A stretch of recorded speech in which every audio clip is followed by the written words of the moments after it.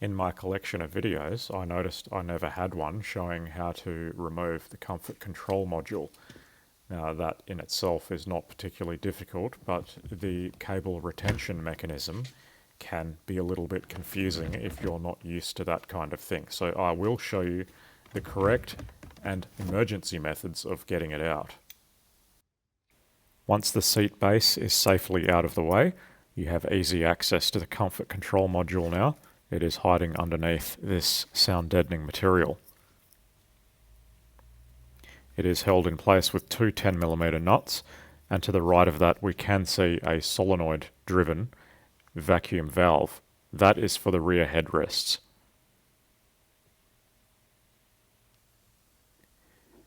You can also see this modification I've done. I have a separate video on this. This is restoring the keyless window operation that was disabled on Australian market cars from the factory. It is quite handy to have.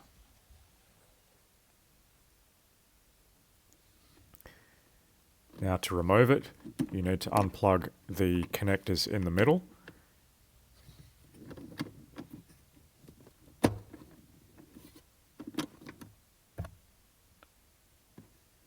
And then this retention mechanism slides towards the outside of the comfort control module. Now it goes without saying, make sure the battery is disconnected before commencing any electrical work on the car. Now if this is jammed up, which is quite likely on a car that has not had this removed in 30 plus years, I will show you the emergency procedure to remove this as well.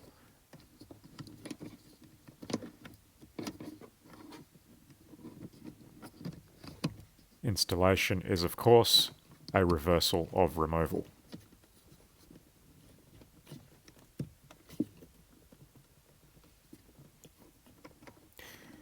These plugs and sockets are all keyed, so this can only go one way. But if you're unsure, as always, take photos to help assembly later.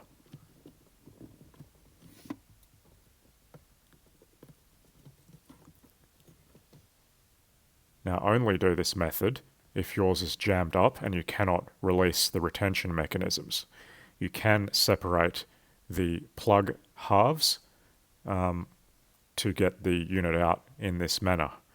Now just be careful because the pins are exposed like this, and once again make absolutely sure that battery is disconnected. So once this is out, you can work those sockets out on the bench in comfort.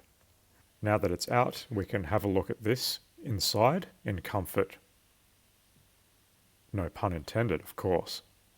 You just unclip it around the perimeter. One thing that's immediately obvious opening this thing is that it is made to a ridiculously high standard. These capacitors, they haven't opted for the usual German house brand ones. They're actually Japanese, barring the one Philips there, which I think is made in Europe. Those blue Philips caps, I've never seen one fail anyway.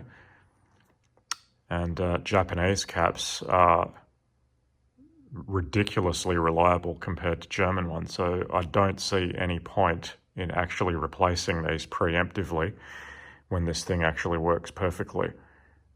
Anything that is bought off the shelf in Australia will be of inferior quality to what's already in here, unless you go to a supplier such as Element 14 or RS Components and specify exactly what caps you want and choose top shelf brands. You're not going to be doing this thing a service by replacing those, unless they're genuinely faulty and you need a cap tester to test that. Main problems, I would assume, would in fact be bad solder joints on any of those relays. And of course, the connectors all solder to the board at the bottom here as well. So you want to check all of those for any evidence of cracks. This one looks good, so I don't really need to do anything to it. I'm just going to put it back together. Some interesting things I noticed. There is current sensing ability by these two square-shaped loops you can see under the relay there and under that diode. I assume that's probably for the automatic express down feature for the front two windows, so that when the motor stall is detected, it cuts power to the lift motor. That's just a guess, but I would assume that's pretty likely, because that's usually how express down works. It waits for the motor stall to cut the power to the motor. I dare say the most common cause of death for these things will in fact be water ingress, because the case is not actually sealed. It's just clipped together so water can get in there. So if you have a water leakage problem in your 124 of any description, you need to deal with it. You can't just let water pool in various places, especially under the rear seat, because this is just going to get destroyed. And yeah, once these relays and the boards are all corroded, I don't think you've got much chance in actually getting one of these to work again. It's just not practical. You'd be better off just finding another one. Even if you did get it working, it probably won't be reliable. Just as a follow-up, I have actually tested all of these capacitors and they all pass with flying colours, so there is absolutely no need for me to replace them.